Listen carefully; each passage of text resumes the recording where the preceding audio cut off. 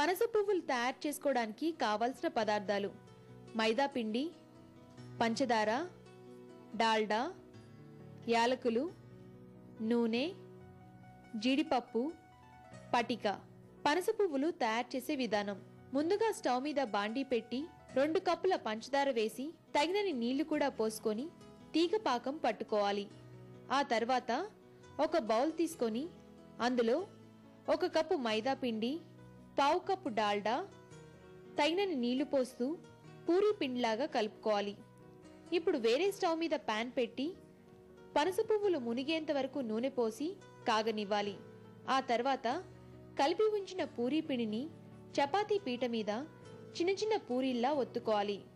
ఇప్పుడు పంచదార పాకంలో 1/2 టేబుల్ స్పూన్ ఇలాచీ పౌడర్, చిటికెడు పటిక వేసి స్టవ్ ఆఫ్ చేసుకోవాలి.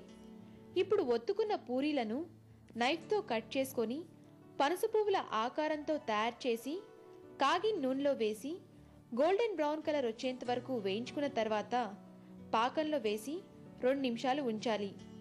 చివరిగా తయారైన పనస పువ్వులను ఒక ప్లేట్లోకి తీసుకొని సర్వ్ చేసుకోవాలి. అంతే, ఎంతో రుచిగా ఉండే పనస పువ్వులు తయారు.